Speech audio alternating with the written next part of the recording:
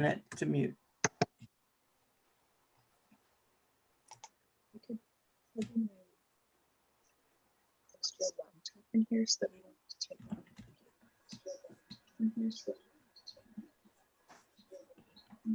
in here. Hi guys, I'm sorry about that. Let's see if I can get my face back on here. I had to move it because actually the monitor I use for the chat is behind my computer, but thank you for understanding. We have a really good show on tonight. We have Falconrad FPV. And here's the thing. So Falconrad, let me ask you something, because I noticed when I was putting your name in, your name's Conrad, and when I put Falconrad FPV, how do you say the name? I guess Falconrad. Yeah.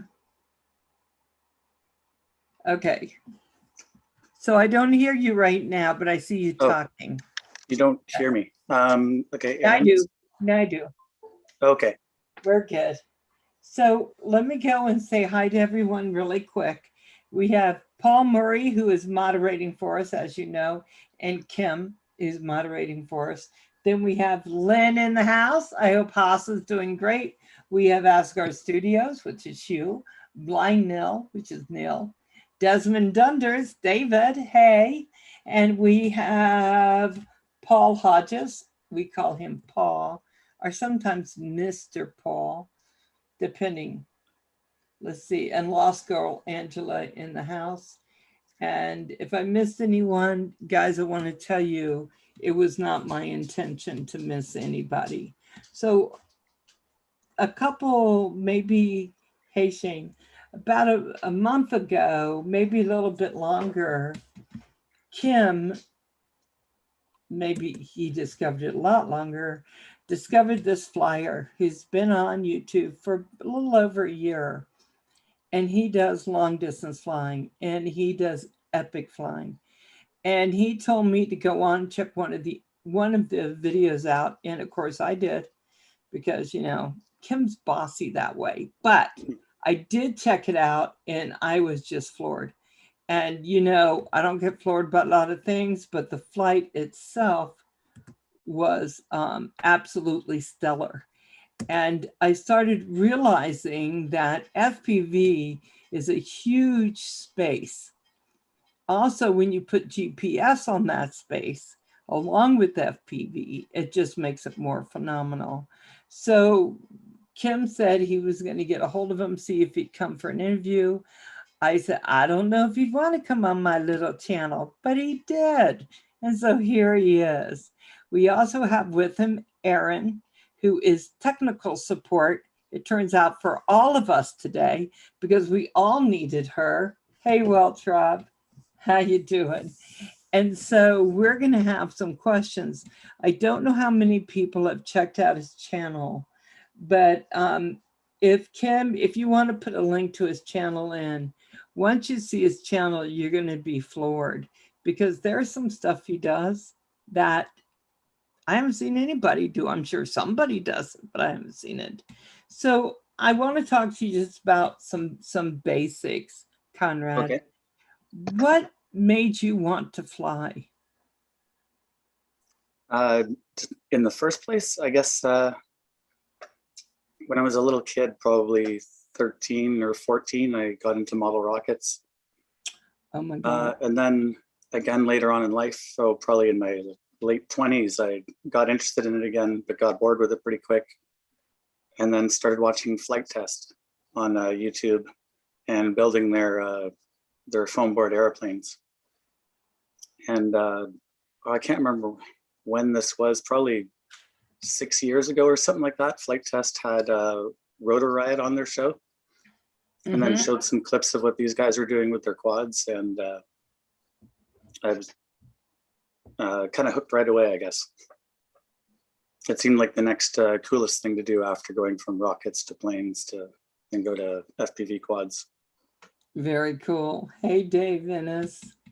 So yeah, I'm glad Kim's pictures off because the minute you said rockets, that boy's used to do rockets all the time. And Oh, he has yeah. very tall tales about rockets. But he loves rockets. So so you started flying. What did you start when you started with FPV? You didn't start long distance, did you? No, that was only just the last couple of years. For the first, I'm not sure how many years it's actually been. It's probably been 6 years or something like that that I've been flying quads. Wow. So for the first 3 or 4, it was freestyle and, well, learning to fly, I guess, for the first couple, really. And then freestyle for the middle part. I kind of missed that, actually, because I ended up taking all my freestyle quads and tearing the parts off of them and putting them into long range quads. You know, I saw that. I saw you take an antenna and you were like, yeah, now I have to buy antennas and break them so I can use them. And I just thought, oh. But for good cause, right? For good cause. Yeah, I used up my first, my stash of a half dozen broken ones making those. So let me ask you this. At some point, you decided that it wasn't enough, that you needed to go further in your flying. And what do you think pushed you to that level? So it wasn't really wanting to go further so much as, let's see, I guess it's kind of a story to it. Okay. Trying to fly freestyle here in Vancouver, I would on the weekend charge up my batteries because I was working during the week, and want to fly on the weekend, I'd charge up a bunch of batteries and sometimes literally drive around for 3 or 4 hours going to every single park within 10 kilometers of me. And every single one of them had people having picnics with their kids, playing Frisbee and stuff. And sometimes on the weekends, even going to the designated flying fields, they would be full of people. And you just, like, I can either walk around and try to kick 10 people out of the park so I can fly, or so I ended up going and going off into the wilderness just so I could try to fly freestyle, just so I could find somewhere where there was no people around. And then being Vancouver here, when going off into the wilderness, there was all these mountains in the background, and I just started thinking then, wow, it'd be really interesting to just fly up that mountain instead of, because it's not really all that appropriate to fly freestyle going out onto a logging road because there's so many places to lose your quad and so on, that it just kind of turned into flying long range instead. Yeah, and what a long range you do. So you found your space, and I noticed in your videos, and I've watched them all. I made sure I watched them all. And I think Hugh has too, because he says he's a huge fan of your channel. He just bought a Flywoo Explorer with an R9M for some micro long range, and he mounted a naked GoPro on it. Oh, nice. We've been watching him tear a GoPro up because he's wanted. So yeah. So the space, you fly a lot of the same. Is it the same? I noticed you go to one certain area and you do all your flights out of this, not always, but some. And I don't think, hey, Brokeneck, I've ever seen such a beautiful area. I mean, you get the river, you get glaciers, you get you get waterfalls, you get a volcano. I mean, how did you discover this particular place? Oh, just a lot of looking, spending way too much time on Google Maps and Google Earth, and just trying to look at perspectives and seeing if I'm up on this ridge over here, can I actually have line of sight, or is this ridge of trees going to be in my way? So on Google Earth, you can actually sort of zoom in and try to give yourself that perspective. So I'd look up and actually try to research where the best ridge to try to get up to fly from is. And but most of my flying has all been in the same mountain valley, just because it's within reasonable driving distance from my place. And I noticed a lot of it. Oh yeah, Desmond Dudson says, yeah, Google Map is my friend too.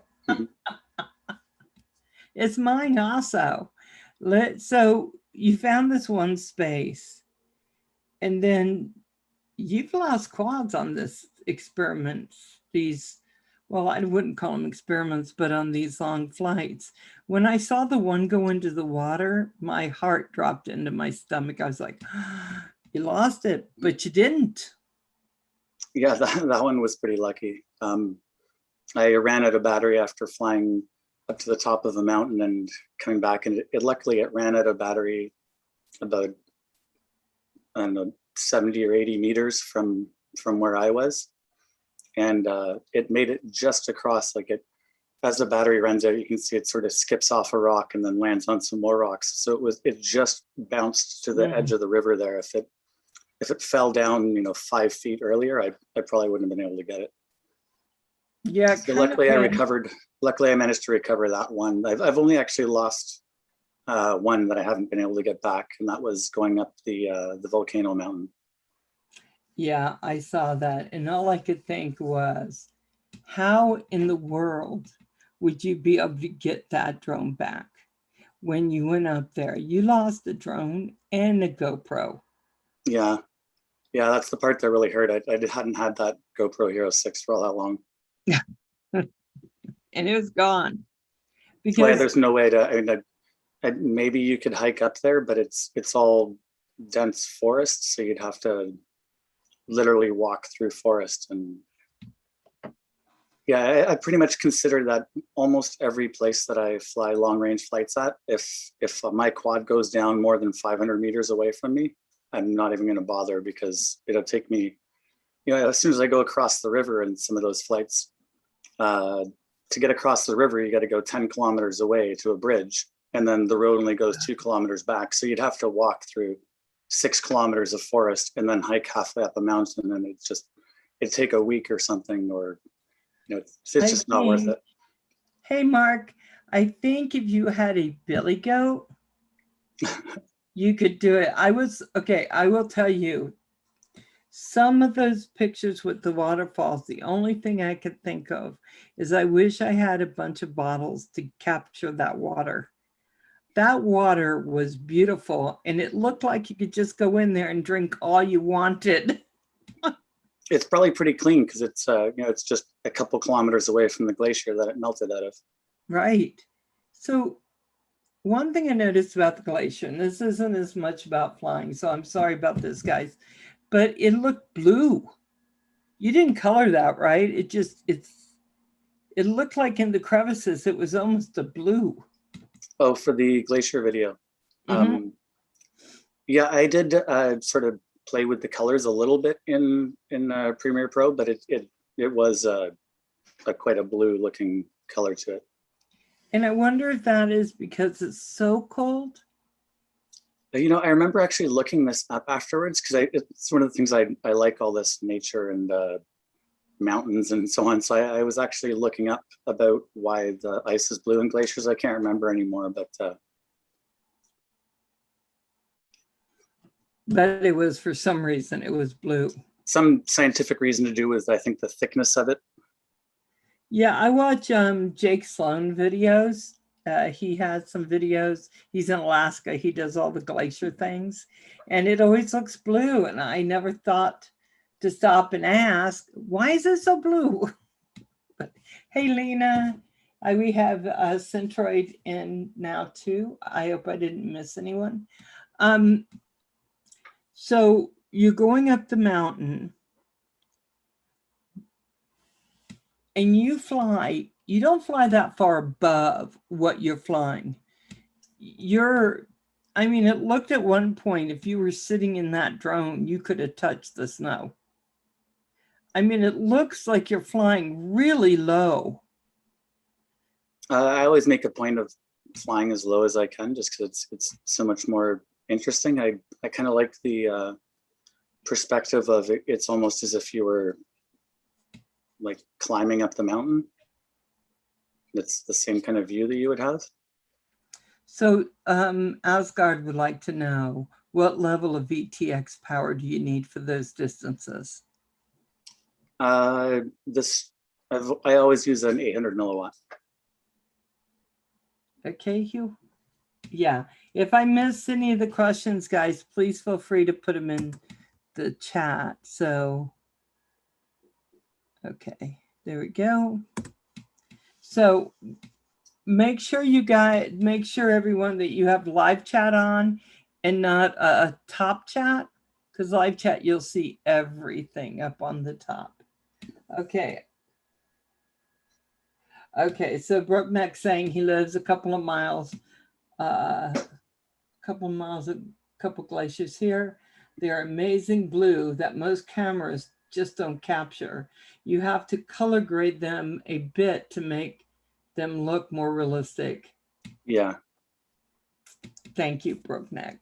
Brookneck does a lot of awesome videos also. Glacier ice is blue because the red part of the white light is absorbed by ice, and the blue light is transmitted and scattered. The longer the path light travels in ice, the more blue it appears. Okay, you know, guys, I love you. I love awesome. you. Thank you. We got the definition right away there. Yeah, we have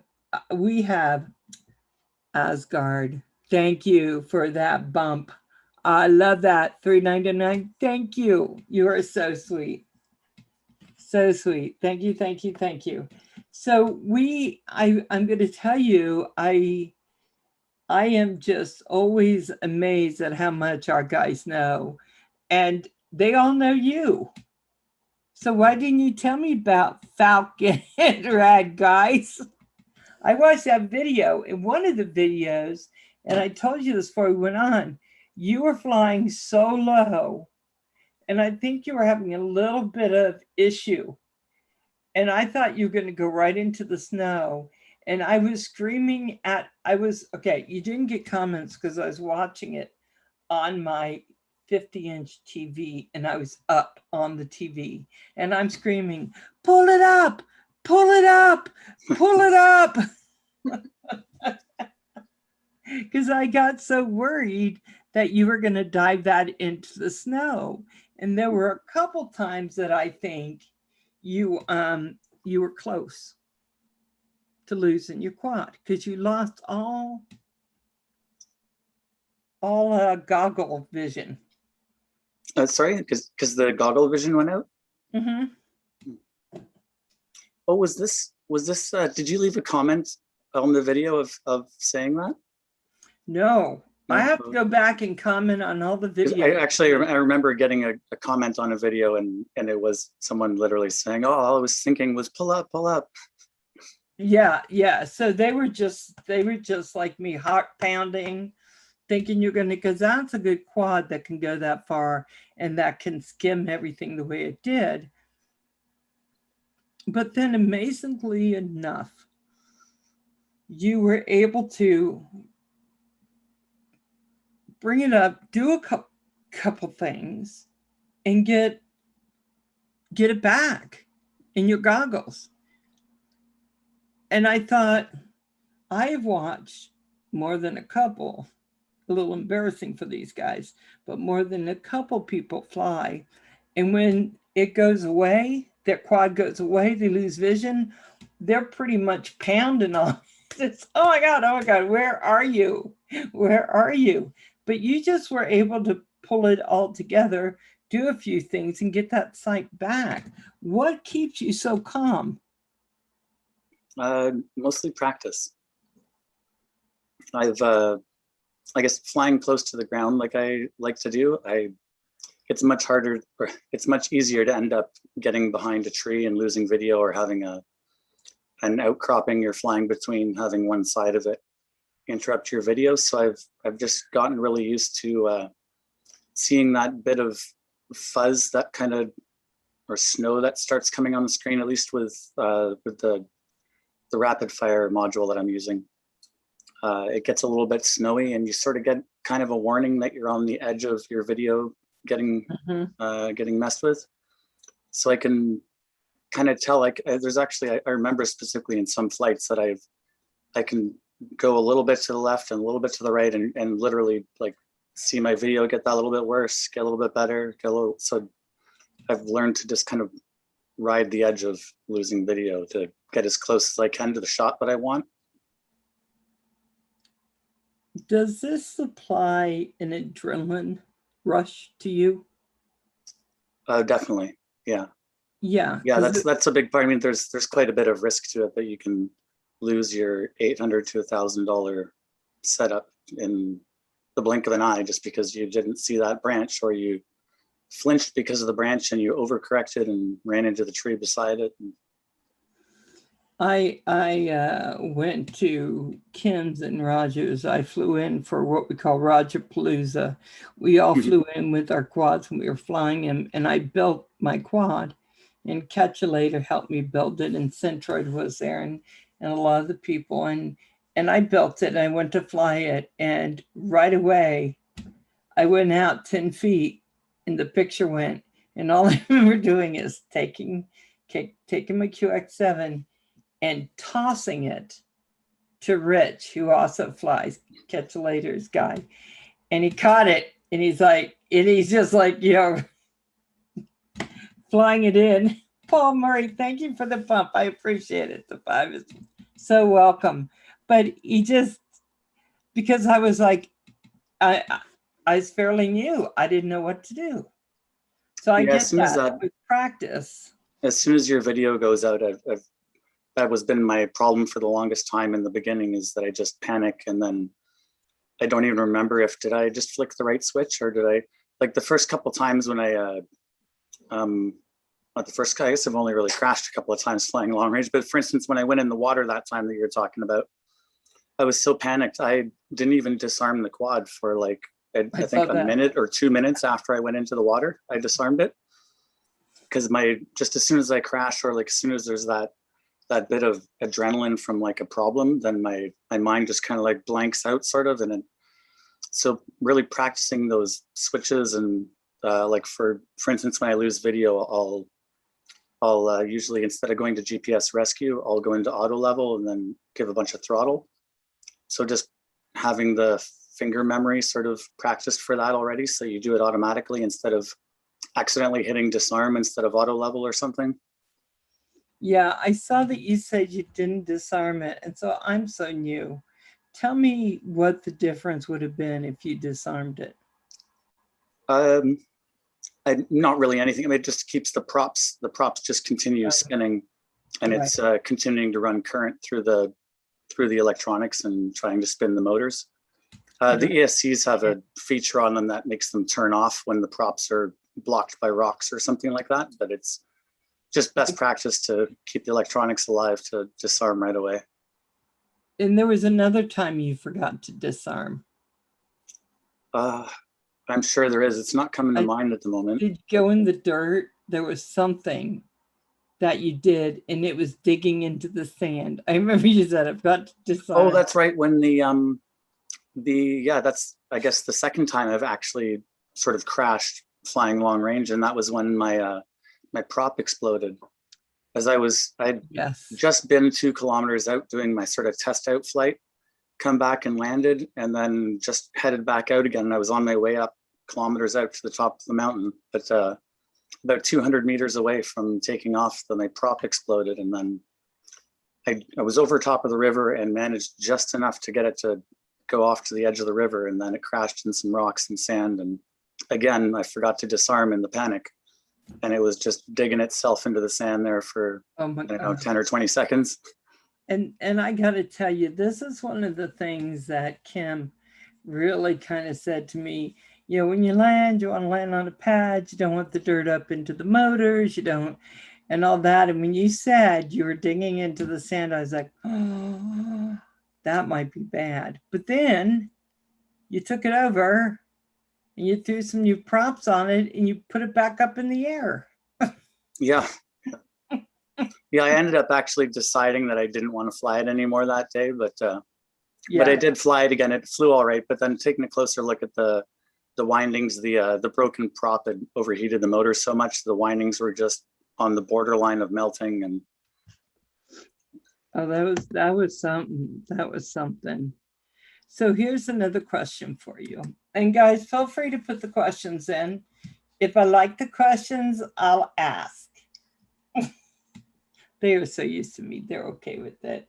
So Hugh wants to know if you fly INAV. If I fly, INAV. Did I say that?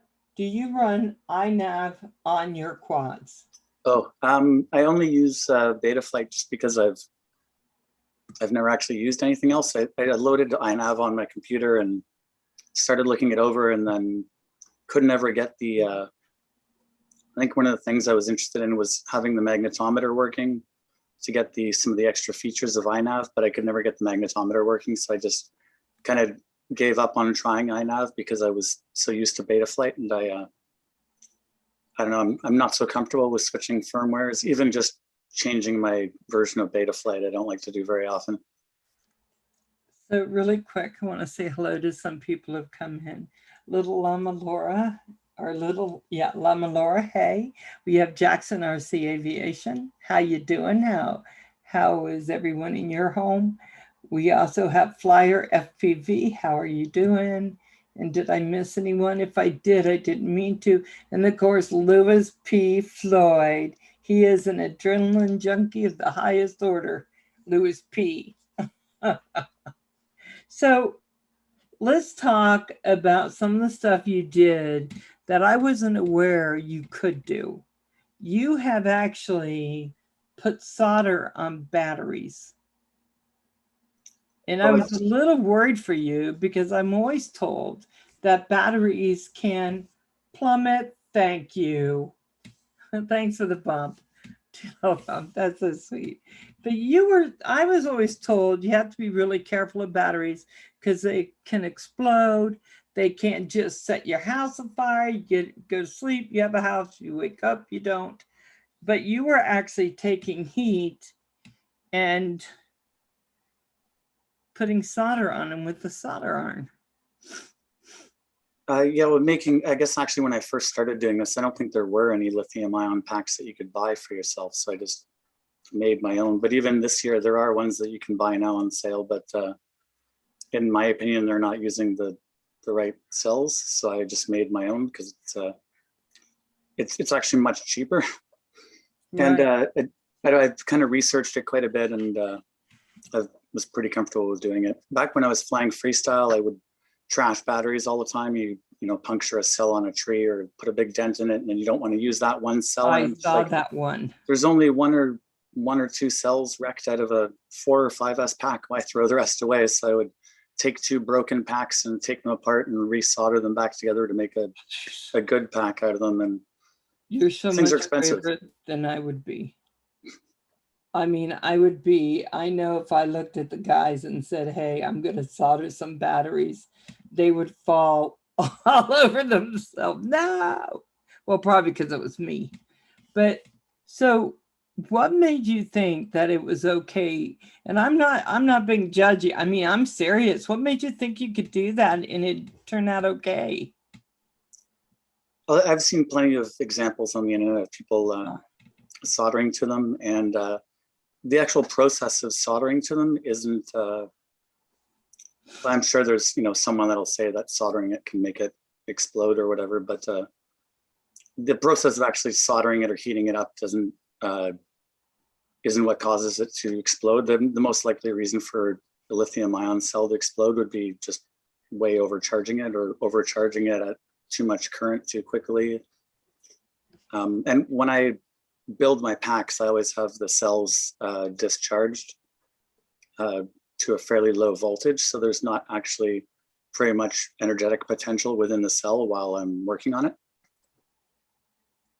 So while we're talking about this, everyone, I want you to know he has a very clear, concise video on what he does and how he does it. I mean, it made me think I could go get my soldering iron and do it, but I didn't because I'm not that good at that, and I would do something crazy.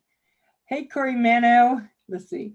Evening all, yep, same here. I solder 18650, LOL. See, the guys weren't telling me because I think they were afraid I would do it. I've been known to have a few accidents. That's why they don't tell me Yeah, everything. that's the one thing that I do worry about with the soldering the 18650s. The positive end is kind of a raised button, and it's got a little bit of a airspace around it, and then Right. the outside of the rim around that is negative. So if you were to have a large drip of solder roll off the top, it could actually bridge the positive and negative. Yeah, I saw you do that, and it had a bigger bubble, and you said this could be a problem. If you have too much on there, that I think that I'm kind of remembering what you're talking about in the video there. That was when I thought it might be a little on the too much side. Yes, yes. Yeah, I was paying a lot of attention. So I also, okay, Flyer FPV, you also decided you were doing your antennas. And I like the way you're using orcas, and you were able to, you got something from Thingiverse, and you were able to make your long range. So do you have your long range antennas there? Yeah. Guys, this is just something.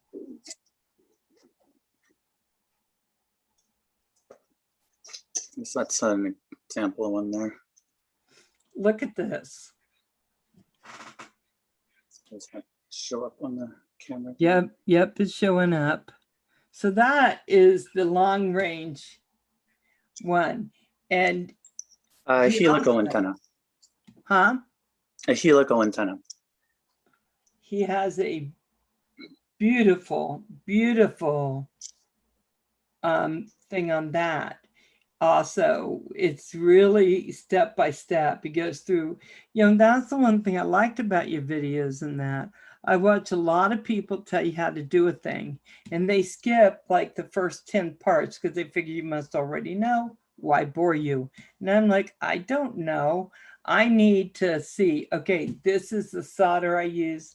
This is the thing I use. This is the other. I need to know all that.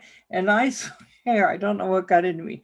I thought I should go in and see if I could just get all my parts together and do something like that. Oh, Flyer FPV. I have my own homemade helicantenna. Yeah. Yeah, nice. They're pretty easy to make. Well, I don't know how easy it would have been for me, but I will tell you, that was interesting. Do you have the piece that you put in your orca? Your goggles? Sorry, I don't understand.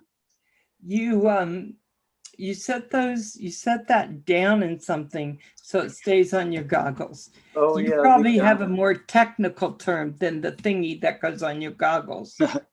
Yeah, I'm not. Where's my goggles case? How is it not in my bag? Is it that on the chair? See how I am? Sorry, it's the one thing I thought it was over here, but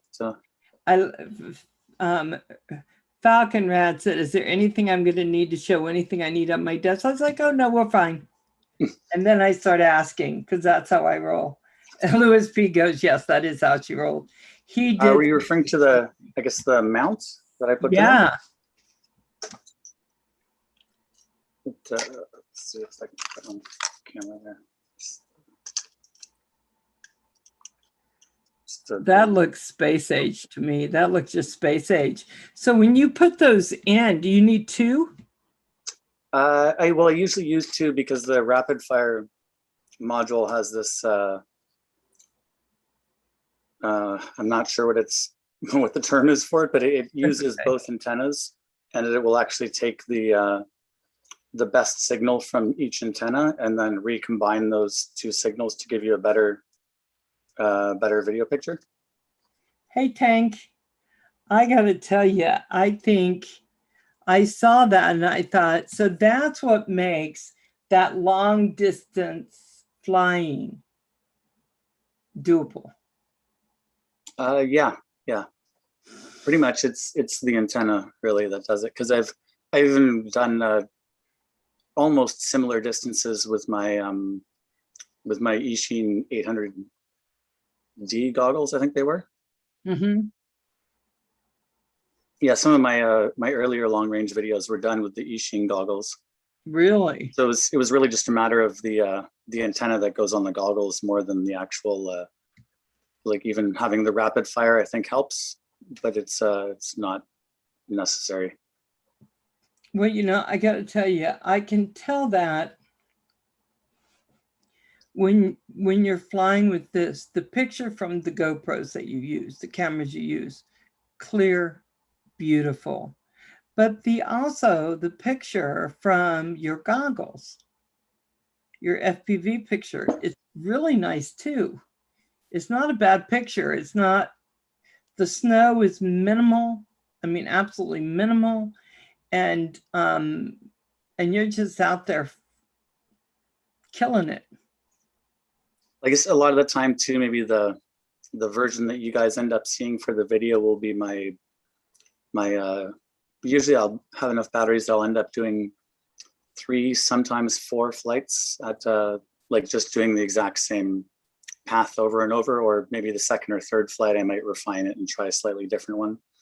So then the video that I end up using for my videos on YouTube is usually one of the later ones where I've kind of pre-learnt the bad video spots and stuff, so I kind of know how to avoid them to make sure I have a smoother going flight.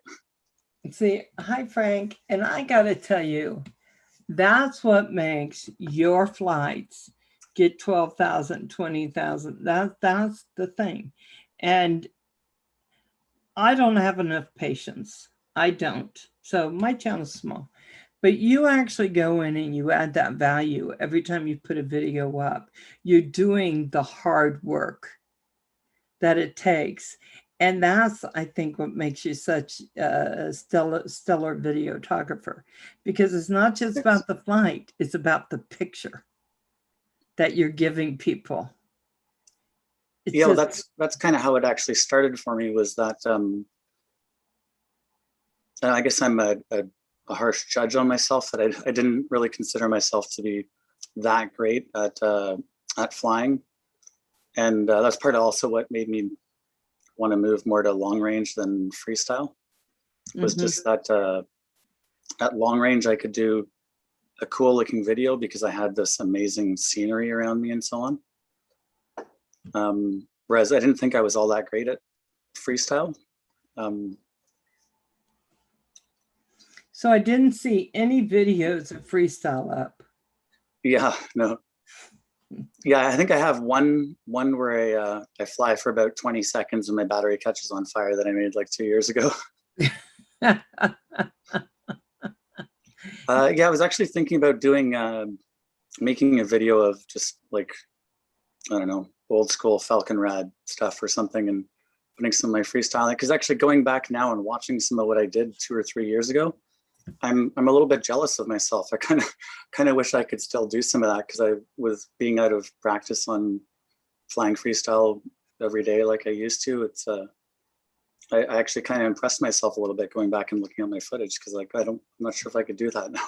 Yeah, I think some of the people who are hardest on themselves and such hard critics of themselves, they just keep flying and flying and flying, and maybe it's never going to be perfect to them, but we're all just sitting there going, oh my God, look at that flight.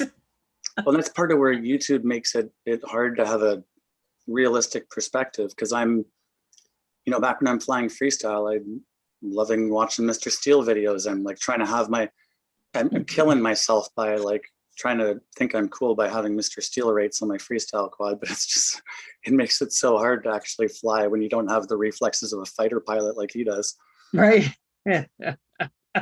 So there's just so many really good people, because there's, you know, out of everybody on the planet, of course, there's going to be a lot of people that are just naturally really talented at it. And when those are the videos that you're comparing yourself to, there's no way you can sort of live up to what you're hoping to be.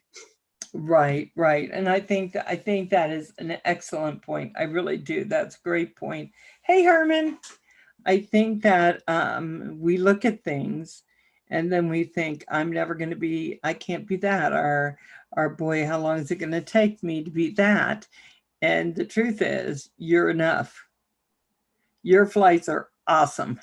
I love the waterfalls. I love how you go after the scenery that you do and how you pick it and then how you make that just, I mean, I don't know the last time I sat down and could absolutely watch over 2 hours straight of anyone's videos. It's a rare thing. There are a few, but very, very, very, very, very few, because you can tell what you're putting into it. They're just beautiful. I was just sitting there relaxing, drinking my coffee. I forgot to write questions down. I was just so involved in what you were doing. And I think that's a big talent. I think that kind of reminds me of where I trailed off and missed your other question that you're on before about how I have almost in the beginning of doing my long range videos made it more about trying to make interesting videos and being able to play around with the stuff in post processing and do interesting editing. And because I wasn't all that I wasn't getting the greatest footage in the beginning, so I was trying to make it extra good by editing it really well. And then I just kind of got into that and really liked adding this sort of a little bit of an artistic video editing style on top of the long range flight. So do you use Adobe?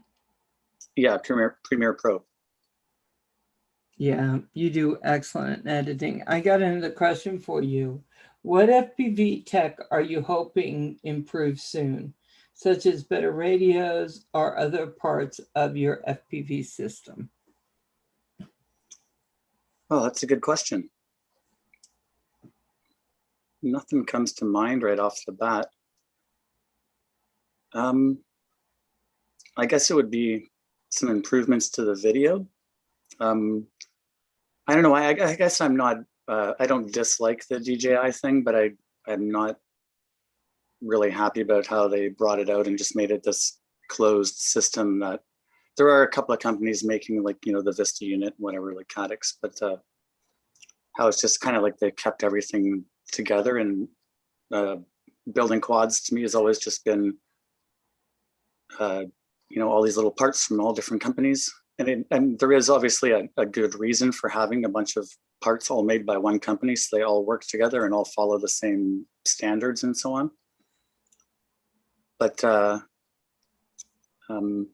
sorry, excuse me for a second. I'll be right back. That's a good question, Oscar. Thank you for the great questions. I appreciate it. Hey, Aaron. Hey, I'll hop in for a sec while Falconrad is indisposed. If you have any questions for his spotter, I do a lot of, I watch for bears. I watch for people and incoming traffic. I help him. Are there plan his bears line of out sight. there, Aaron? We've seen bear tracks and bear droppings. Oh, And bears, but not too close. I'll let him. I'd be afraid. I've had run-ins with bears, and it never goes well for the bears. So, sorry, I don't remember where I was there.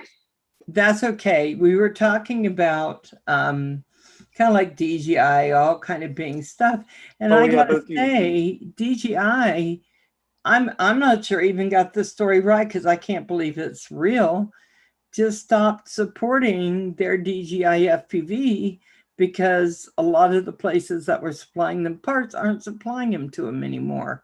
So is that, Corey Mano, did I get that right? So I just thought, what's happening here? If you're gonna put something out, and you got to have backup upon backup, because you got to make sure that all these people, they were loving the FPV. Maybe maybe you're referring to it. I think they're saying there's a shortage on microprocessors. So I think DJI was having trouble putting out sufficient quantities because they can't get enough processors to do it. Yeah, they're saying they're not supporting the original FPV module system. Oh, they're not doing firmware supports for it? Okay, I tell you, I was... Well, oh, hi, Enterprise. Are you leaving? Are you saying hello? I would have just Nice seeing you. I would have just been really upset because everyone said this was clear, it was good, and then all of a sudden they bought it. It was so expensive. I think they'll find other suppliers to be able to do what they do, but So I'm just remembering now my the question about stuff I would if there was yes. anything that I could wish to be different, and that's where I was going with that was Orca. I've heard is working on a digital system. They So are. that's, I guess, one thing that I'd be looking forward to is if a competitor could actually come out with a digital system that's actually comparable to the DJI system. And I don't think the shark bite thing really seems like a real competitor to it. Although maybe I think shark bite just is more appropriate for racing. Is it the Fat Sharks? Yeah, that's Fat Shark's digital. So Is that's it? one thing that I guess I'd be looking forward to is if Orca comes out with their digital thing, if that was to work for long range. And so I hate to show my ignorance, but I think I have Orca goggles, don't I, Kim? You'd know if you did. They're super expensive. I bought them from someone. I'm not sure. I think I did. But hey, John Coopy, how you doing, darling? John's a very good flyer. He does a lot of review things on his channels. That's the one thing. They put so much stuff out. Are you thinking the digital is, you have a EVU 100? I do not. Kim, I do not. He's so wrong. I would know if I have EV 100. It's I got it over here, so I don't want to pull it out, but before the end of the show, I'll have you come on, Kim, and I will go find it, and you'll see I don't have the EV 100. We were talking about that, but we didn't do it. You're wrong. Go to the corner, Kim. Poor Kim. He puts up with so much crap from me. But I bought them from Newfound Drone. He got them for me. I wish you were in here because he would tell me what I just use them. I don't pay attention, but I know it's not an EV. So anyway, so if you could, are you really happy with your setup now? Is that something you see yourself continuing to use? Or are there things you want to change? Yeah, maybe just if Orca happened to come out with a digital system, I might try getting that. Otherwise, I think I'm pretty happy with the stuff the way it is. I mean, obviously, I'll try some new flight controllers and VTXs and stuff like that. But my radio, I've just switched now. I was using the Tyrannus for my first 5 years or whatever of flying FPV. But I just got the new Crossfire module. So when I got the new one, I figured I might as well get it for my X-Lite this time. Nice. And I'm kind of looking forward to using this year instead of the big giant heavy Tyrannus thing. This thing's just so much more comfortable to hold. And the new Crossfire module is 4 times more powerful than the old one. So it's smaller and better. Oh, wow. That looks really good. So can you tell me, are you in the Vancouver area? Yes. Okay. And where is that place you fly? Can you tell me, or is it like fishing? You don't tell anyone. Like where I fly long range? It's just out along a mountain road in, I guess, near Whistler. Is there a lot of traffic up there when you go up there? It really depends on the time of year. In the middle of summer, it gets pretty busy. Does it? At least along the main road, it gets pretty busy. But as soon as you turn off and just drive up the side of a mountain for a kilometer or so, then you end up seeing people go by a couple times a day. So I want to give everyone a bit of a chance, because we got 10 more minutes, to ask any questions they would like to know, as long as they're appropriate and all that. Oh, Marcel lives in Vancouver. So Oh yeah, now I'm in he's Vancouver. actually giddy. I bet he's just, where do you live? As he's so lonely up there. Not a lot of people. Marcel. But yeah, Does Marcel fly long range? I don't, Marcel, you don't fly long range. I think you just fly short. Just, freestyle FPV. And he does 3D printing, a lot of 3D printing. So do you have a printer? Yeah, I also do a lot of 3D printing. So what kind of things you print? Is it always for your drones? For the last while, it's been mostly drone stuff. Part of the reason I got the 3D printer in the first place was I was trying to make an RC hovercraft using leftover quadcopter parts. Really? And there was just some parts for it that would have been so much easier to do with. Anyways, that was what kind of tipped the balance on me making the choice on getting a 3D printer, and I ended up printing a third of this hovercraft or whatever with the 3D printer. Oh, nice. Marcel's been making Star Wars, like the little robot. Oh yeah. Mm-hmm. And I think he's going to make it move around. Oh, is digital something that would be interested in? Can you even go that range you're going? Can you do that with digital? That's Corey Mana's question to you. I've never actually, I get this question so often, the comparison between analog and digital, and the only experience I have with the DJI system is for about 30 seconds, Matty Stunts, who actually goes to the same practice field as me. Matty Stunts let me look through his goggles for a second while he flew around. But that's the extent of my hands-on knowledge with the digital system. Wow. And let's see, we got more questions. What's your favorite GPS compass module for long range? I guess I can't give an opinion on a GPS compass module because I've never actually got the compass module working. I haven't put that much effort into trying it either, though. But I guess the Brain FPV one I like quite a bit. It seems to lock on and stuff pretty quickly, but it's also really big. And so this year I'm just trying the smaller Maytech one, which seems to me to be maybe almost on par with the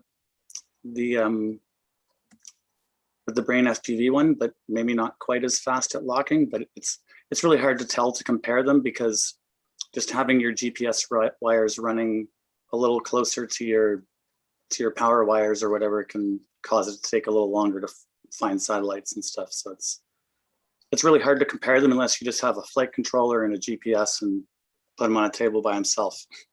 Mm-hmm. Mm-hmm. As soon as you put VTX and stuff on there, it gets really hard to actually tell which one's better. I'm looking up here to see if I have any more questions. Did Maddie pass away? Not that I've heard, but I guess Marcel, why are you saying good old Maddie? Oh, maybe someone's just saying because he doesn't really post videos anymore. Oh, okay, that may be why.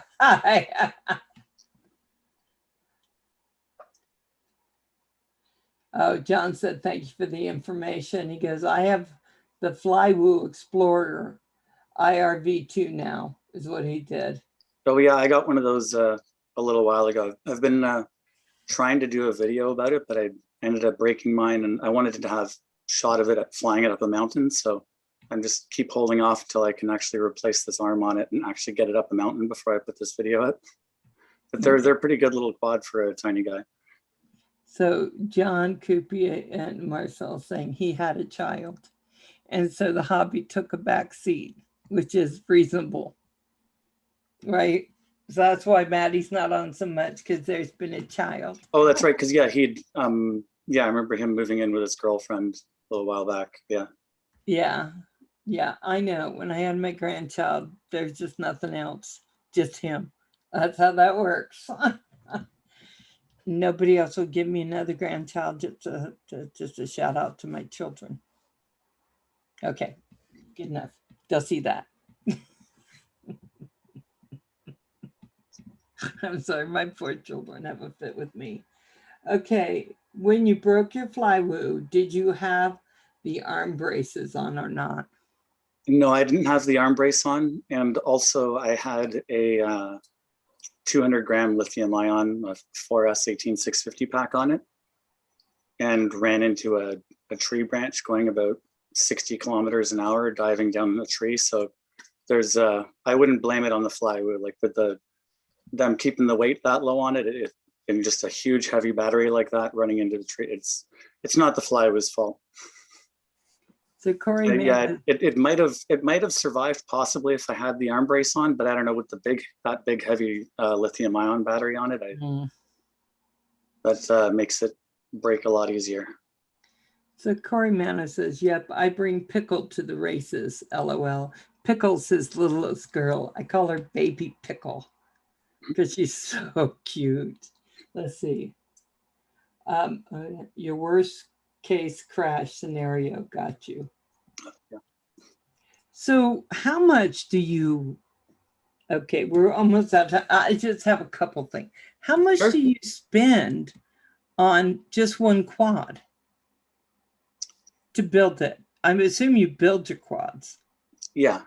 I did buy, a couple of times I've bought already made quads, but I usually end up really not liking them. So I pretty much make all of mine. Not sure. I think they're, I don't actually know. I think I try to not pay attention to it. So because then I'll worry about spending too much. I think it's about $450, $500 to make a quad, then plus the GoPro. Yeah, I gotta tell you, I don't think that's a lot. I bought the one that I built.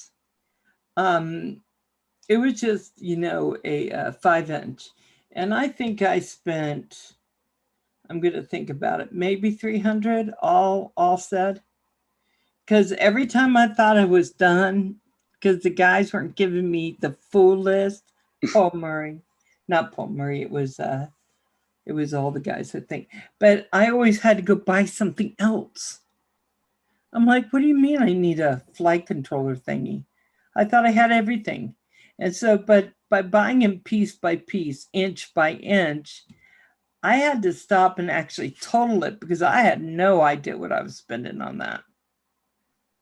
Yeah, it adds up quick when every single part is $30 to $60. Mm-hmm. And there's a whole bunch of parts. And then I was always trying to save a little, which was wrong. So how about your frames? Sorry, I get, is there a more, you just want to how much you spend on your frames? What kind of frames do you use? For long range, I've always used my own frame that I made myself. What? Because I don't know, I never really found anything that I liked using that well. I liked using I had a floss style that I tried to turn into a long range quad, and then got disappointed that Kebab FPV didn't release 6-inch dead cat arms for it or whatever. So I just ended up getting my own custom arms made for it. And then I lost that, but I already had these custom arm designs. So I just made my own top and bottom plate. And then I just keep making new ones now, I guess. So this is the latest one I've been working on, but I'm half done, I guess, getting it ready. Okay. Or 3/4 of the way through, maybe. So, okay, you have to hold that quad back up because Kim is actually salivating. And Kim, we got 6 o'clock. Do you want to come on? I know you have things you have to ask because you were so good waiting. So come on in. Let me see.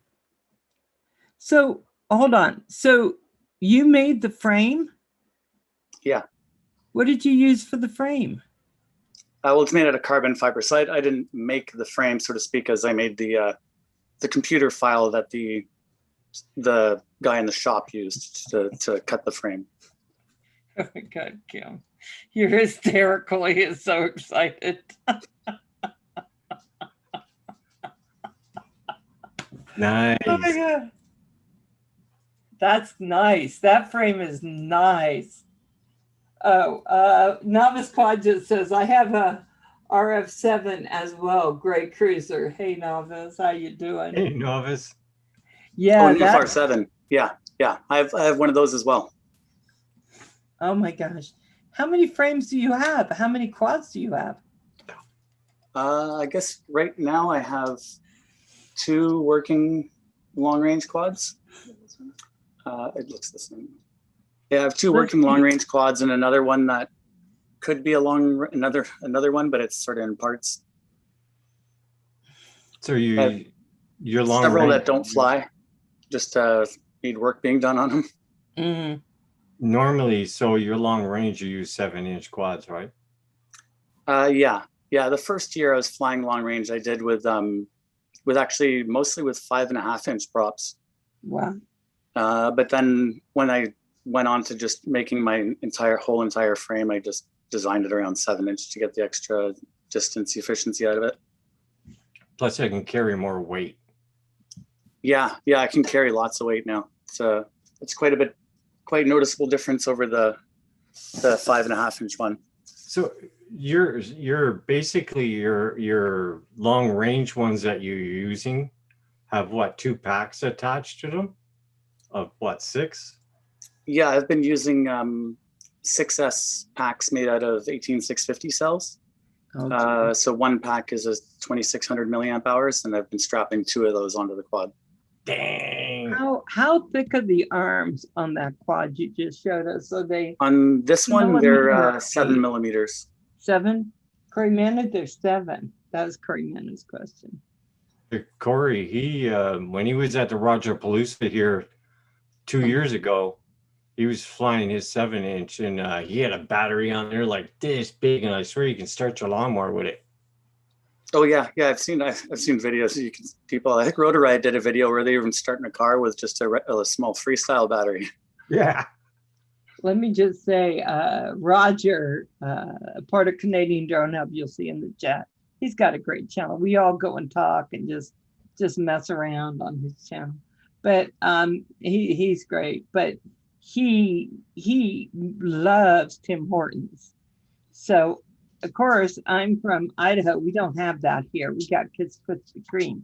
So I said, you got to take me to Tim Hortons. Once I had Tim Hortons, I made him take me every other day. So the boys are flying. We all were flying. We thought everybody was done. I get Roger to take me to Tim Hortons. We come back. We look up, and all of a sudden we hear this whoosh. And then a second later, whoosh. And I was like, that's got to be Corey Mano. That's got to be. He had that 7-inch up there. And it was flying like it was on fire. And then, of course, Centroid was up there doing the same thing. Sleeping Bear, how are you, my love? I've missed you too, darling. No, you're fine, Lost Girl. Anyway, it was... Okay, this thing, I don't fly a lot. I don't. I have a Mavic 2 Air, or Mavic Air 2. I have some FPV things. I'm not good at it, but I like flying when I'm in groups. I like the camaraderie of making it fly. And then the best sound I've ever heard in my life is do, do, do, do, do. That little sound that tells you it's on. And I heard that in one of your flights. And I thought, oh my God, I love that sound, because my drone wouldn't work when I first built it. I couldn't get it to work. I had So you didn't get the little sound. I didn't get the sound. I got the sound, then all of a sudden the sound was gone. Everybody wanted to fly. So I had to stay in the kitchen. Roger came in, getting ready to set the table. I said, no, you're not. And all of a sudden I heard, and I was like, yes. And I went out on the porch and started dancing, which is never a good sight. But I didn't care. I got that sound. That is the most beautiful sound when you're building a quad. Five Hate to people say gave it. up on Bill trying to get it to work, and all of a sudden Val sat there and determined as she was, tinkered it and got it working. We're all standing there with our mouths open. I know, I was going to make that sucker work if I had to crash it. Oh, that's one of the I had things to just throw it and run after it. it's one of the things about quads. There's so many little tiny settings and bits and pieces. You just change one thing and forget that you changed it, and then 2 weeks later you're wondering why your quad flies like crap, and you don't realize that you were doing an experiment and clicked this switch or something, and it's. And mine Or was even just a solder. solder joint. Can I throw it all up. resoldered. I just took the solder off. My eyes aren't great. I was using Centroid's big magnification thing. And I was down there just like, okay, I think this is it. So Centroid would like to know, so what's an FR7? Oh, it's keep passing that. Here, I'll show you my FR7. It's a big. Do you mind that 7-inch. we're keeping you a little extra? Oh no, that's fine. Okay. It's a 7-inch drone frame. It's kind of Oh, yeah. it's kind of designed a little bit more for like mid-range fast flying rather than long range, but I use it for long range basically. This one's Look at got these those ridiculous motors. old Look at those giant flipping motors on it. motors. Pardon? Look at those motors. They're 2215s. They're intended for a 10-inch airplane propeller on 3S. Oh my God, they're huge. They're huge. Hey Jackson, those are huge. I had the They're- smaller ones. They're a little bigger than just because they're an old style. They actually look extra big. And being the person I am, I have to say, I like the motors that are colorful, like purple, blue, and it doesn't matter how it, you know what I'm saying? I really like lately how they've come out with all these really Hey, cool anodizing techniques for the aluminum bells. They got some really cool looking motors coming out now. I got to tell you, I was looking at his motors. Was it Creature, Miss Creature? Was she the one who had worked on motors that were just? She's an artist, and they were just. I was like, I don't care how much they cost. I want them. And then I think she does like FPV sort of themed artwork, and so she got to put like some of her artwork on the motor label. Yep. Oh my God. I Nice. interviewed her a while back, and she's one kick-ass gal. I'm just saying. She She's got a talented. bus. She's going to redo the inside of the bus. That gal, she's such an artist. I'm just saying. So let me say one thing to everyone in here. There isn't a channel in here that I wouldn't say was a great channel. So Mason, that's Jackson's grandson, Mason. So please feel free to go pick up any channel you want to see, but make sure you do not pass up this man's channel. He is just a wonderful long distance flyer. If you ever thought about long distance flying, you can learn a lot on this channel. It's just, I've learned so much. I can't believe it. I was just stuck in my seat. You can't get beautiful footage like that. Even with a helicopter, you can't get low enough down in the valleys and stuff like that. It's amazing. Yeah, it's quite a unique perspective. There's really no other way to view some of that scenery really, other than even if you were a really good hiker and you hiked there, you'd still only be able to look at it from the edge or whatever. And oh my God, some of the places you find, there's no way I'd be hike up that far. You'd never find me. yeah, it's quite a unique perspective from the quad. It's Chris. wonderful. You've had me gripping my chair a few times. Like, oh my God. I was like, me too. Takes a lot to get him to grip his chair, huh? We were watching. You could almost see yourself skiing through that, right? Because it was so low. So the only thing I haven't done yet, and I'm going to do this tonight, is put my VR goggles on. Angie, you should do that too, Angela, and watch one of Oh, yeah. those that you're so close, because that is gonna just, I want my mind blown. It was blown just watching it, but I'm gonna be like, ah, it's almost like being on a roller coaster, huh? When you're screaming, pull up, oh my God. And I want to see those jagged, Oh, that things sharp too. peaked volcano. Yeah, yeah. So really quick, hey Joe, can you look on my channel? I want you to email me or email you. We need to talk about fun stuff. Don't worry. I am into making ribs. But my ribs aren't so good yet. You know who makes good ribs? I'm just saying. I know this has nothing to do with what we're doing. Roger makes good ribs too. So I tried to do his and mine didn't turn out the same. With the gang here during Roger Palooza, it doesn't last long when you're cooking tons I only and got tons one of rib. They ate them all. I was like, Oh, what the really? hell? I'm They a didn't even girl. save I'm her a any? good girl. Huh? They didn't save you any? They go, Kim goes, here's a really big one for you. And it had like 4 ribs on it. And I'm like, okay. And I went to take my fork to get him and catch you later. You got to watch out for that girl. Okay. She's an X on fire. She's just a beautiful person. But she took her fork and bam, they were gone. I was like, I don't believe you're dating Kim. Where are my ribs? And she's just, Well, we have a 12 to 15-foot kitchen table, and it was just full of people and food and that, and everybody just had a great time. oh, Paul Murray's back. And I said- Paul, if you you want said to come you had on, a- feel free. You said you had a large property that you hold that on? 150 acres, Oh, nice. Wow.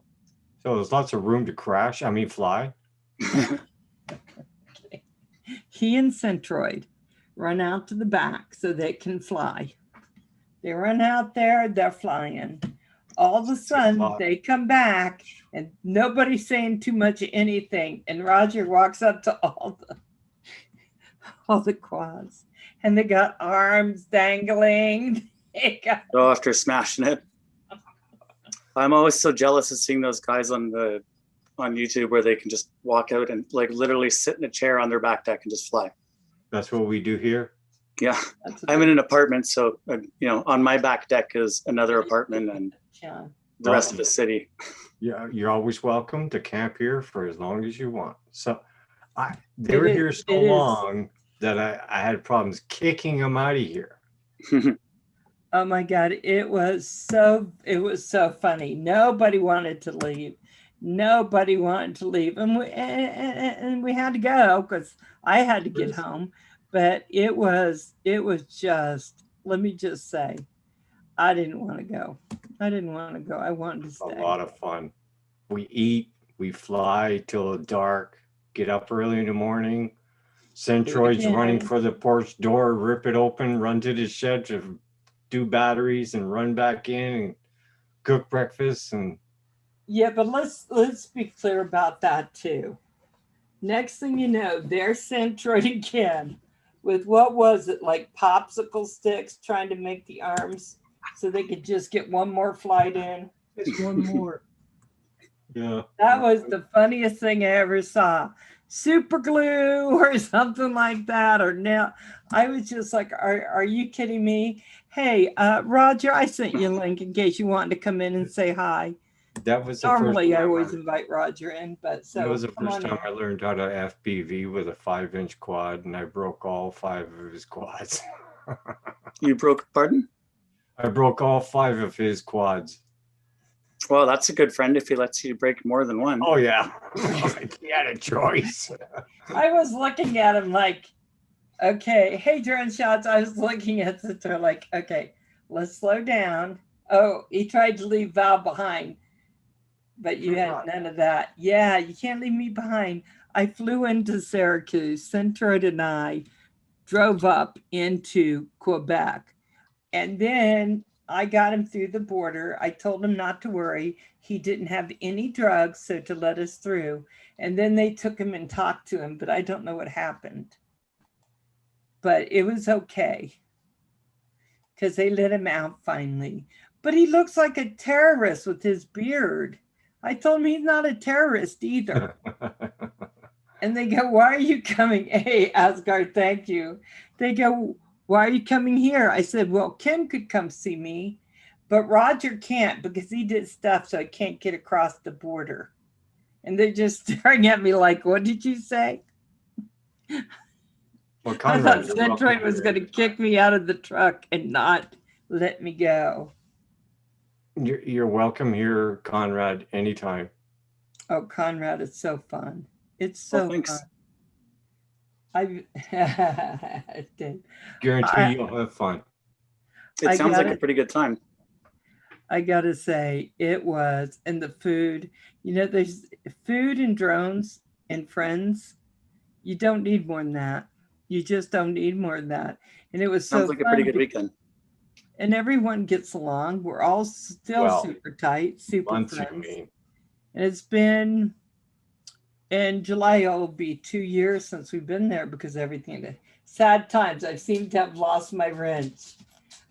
Oh no. Well, we have them here up to a month. Everyone that? did, We Centroid. have them here up to almost a month. Oh, just a month straight? Yeah. Hey, Oh, Okay, so this is Roger. And Hi. I'll tell Hi, you a Roger. little bit about Roger. Roger started 4 years ago, Roger, yeah, and he's been on every morning and almost every night for how long? 3 years. Mm-hmm. Yeah. So we all go to his channel and we laugh and we joke, and he can have 9 people on. And yeah, I was on YouTube, so was Kim before Roger, but Roger just took it and's been screaming through ever since, haven't you, Roger? Yeah, On the he 4th has. of March, it made 3 years. I was on 7 days a week and sometimes 2 times a day. And now I'm taking a break. I'm on 3 days a week now. Mondays, Thursday, Centroid, Mondays, Wednesdays, Thursdays, and Fridays, and Saturdays. I gave you a mod, even though I'm not giving mods out anymore, because you have to drive me over the border. So you Yeah. better do it next time. Good luck on And that. don't be bringing drugs because they don't like it. And I'll have to tell them. Okay. Okay. Centroid's so sweet. I mean, Hey, Mika, Steve, how you doing? he's just Nice to meet you there, Falconrad. nice to meet you. So we do a lot of stuff together, don't we? Yeah.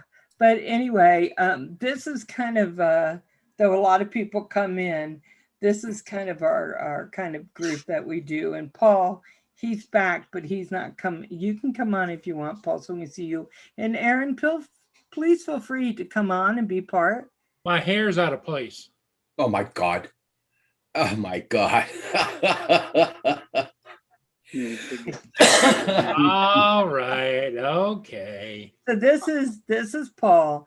Paul, I will just say a little bit about Paul. Nobody shoots ships the way he does. He flies her in all the ships that are going up in Port Huron, and he is beautiful at that. He also is addicted to drones, and he buys new drones every week, and then he sells them. And so we always look at his little glasses to see if he's on Amazon, because he has his very own shopping helper on Amazon, don't they? I have a personal representative at Amazon. Yes.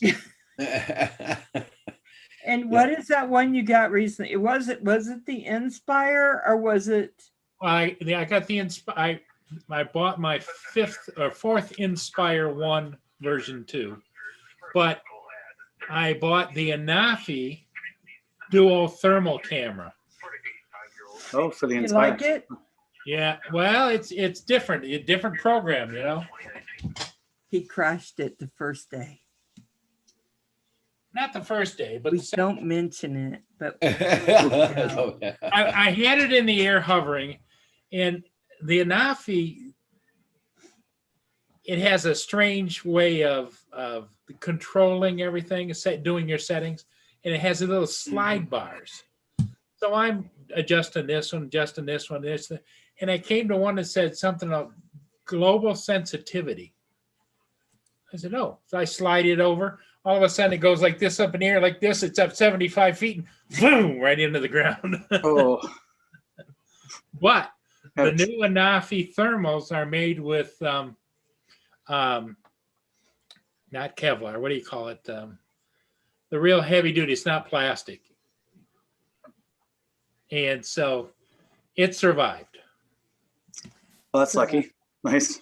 Those are probably pretty expensive cameras, I think, if I remember. Yeah, well, this is my second time I used to get called all the time to go out and do search and rescue. Oh, Until- okay. I see. That's why you want the thermal cam. Until everybody got their own budgets. Yeah. Now I don't Yeah. get called anymore, but I always thought it'd be nice to have another one. My first one was I had it on an Inspire, and it was an $8,000 thermal camera. And so when they stopped calling me, I says, "What am I hanging on this for?" So I sold it. And of course, an $8,000 camera 6 months later is only worth $3,500. Yeah, So- unfortunately. Yep.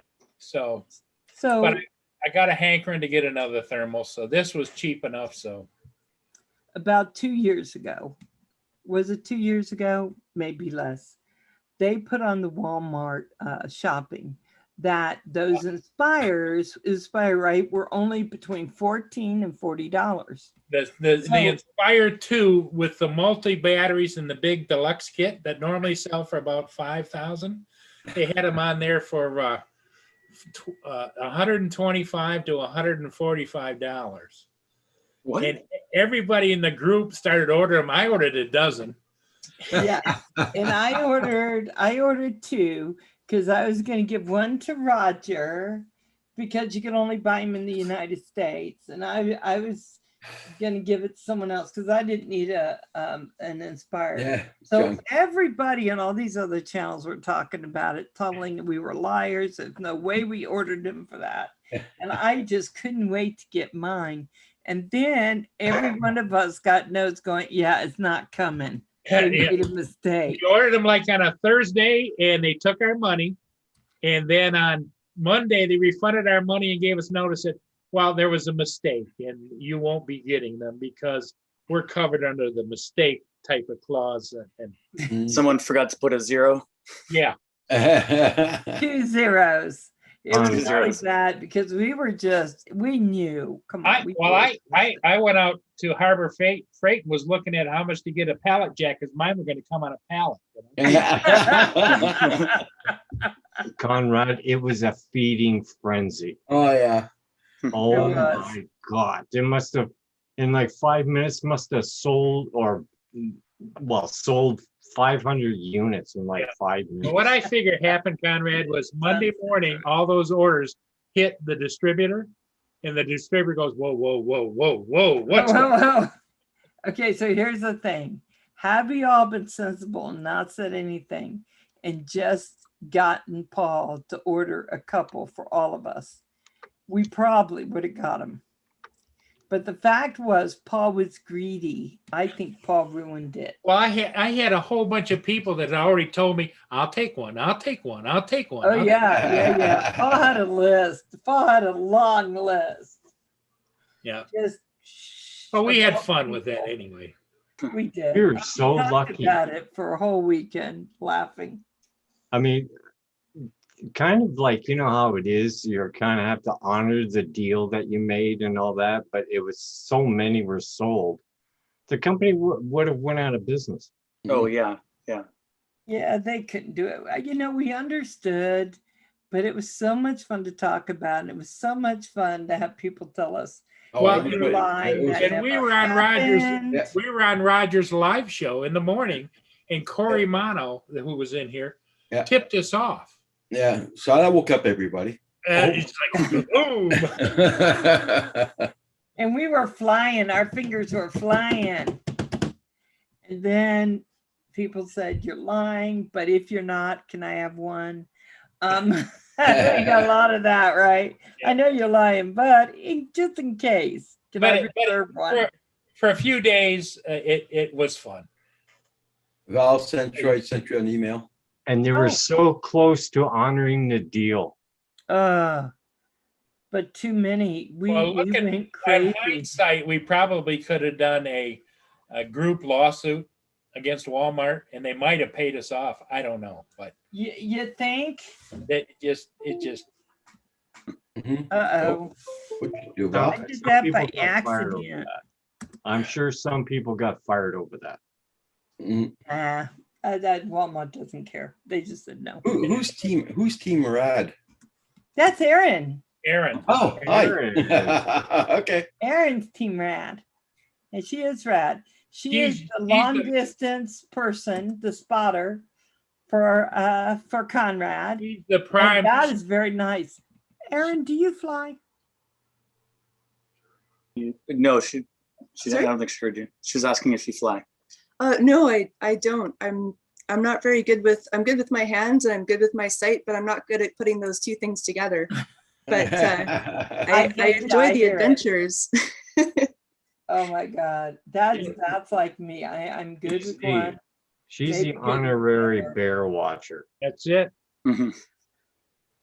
Well, somebody's got to watch the bears because bears are real.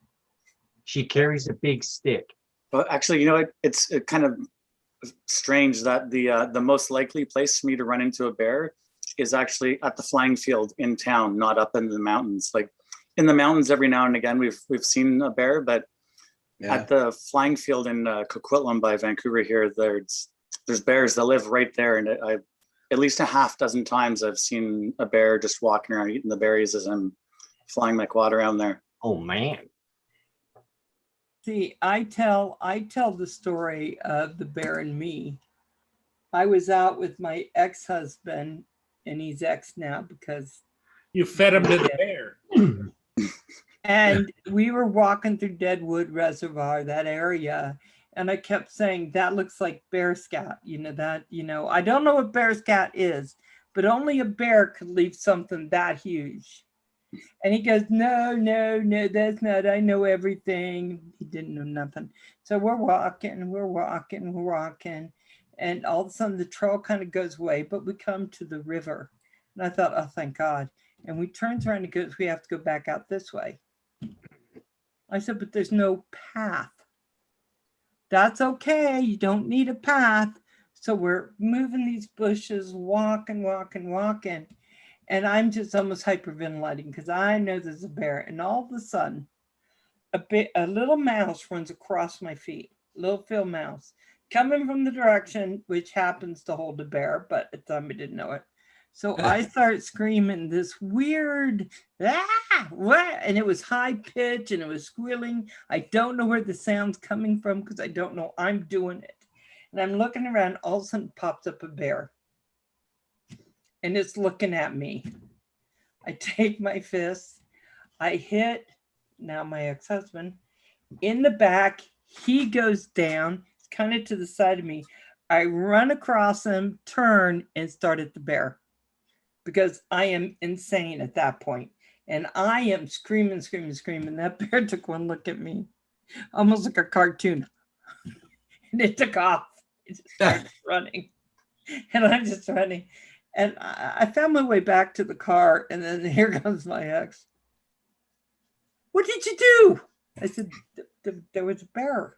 There's no bear. I said, there was a bear. Oh, he never saw it. Huh? He never saw it? Mm-mm. Oh. I hit him too fast. He went down. He was in the dirt. JDS encountered a bear and he ended up with big hunks of meat out of the top of his head. Yeah, he fell. He could have died. He was beat up. Yeah.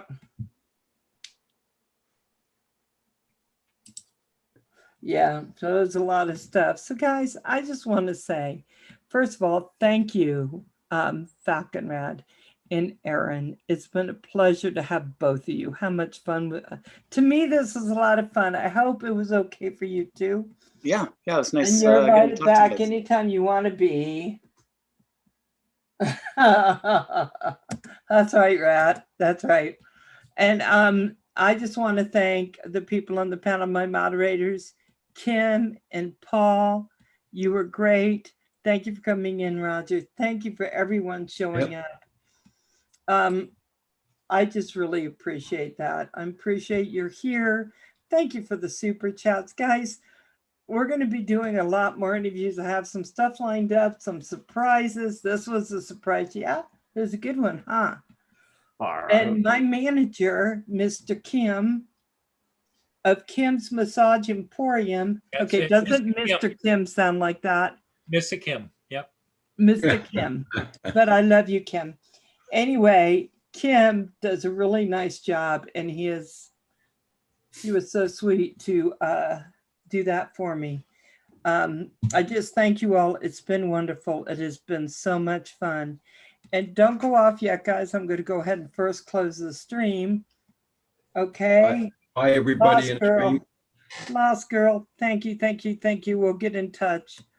And we might be flying tonight, but I don't know if we're going to do it on live.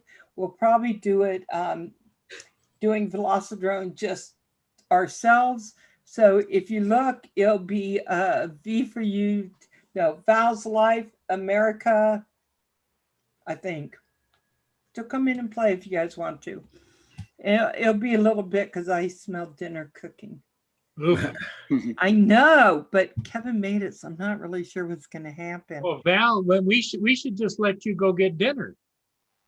Just hold on a minute. Stop it. Paul's already to go on his chair. Yeah, Paul's like, I need my chair. I need my chair. Bye, guys. Love you all. You know, this is what's known as the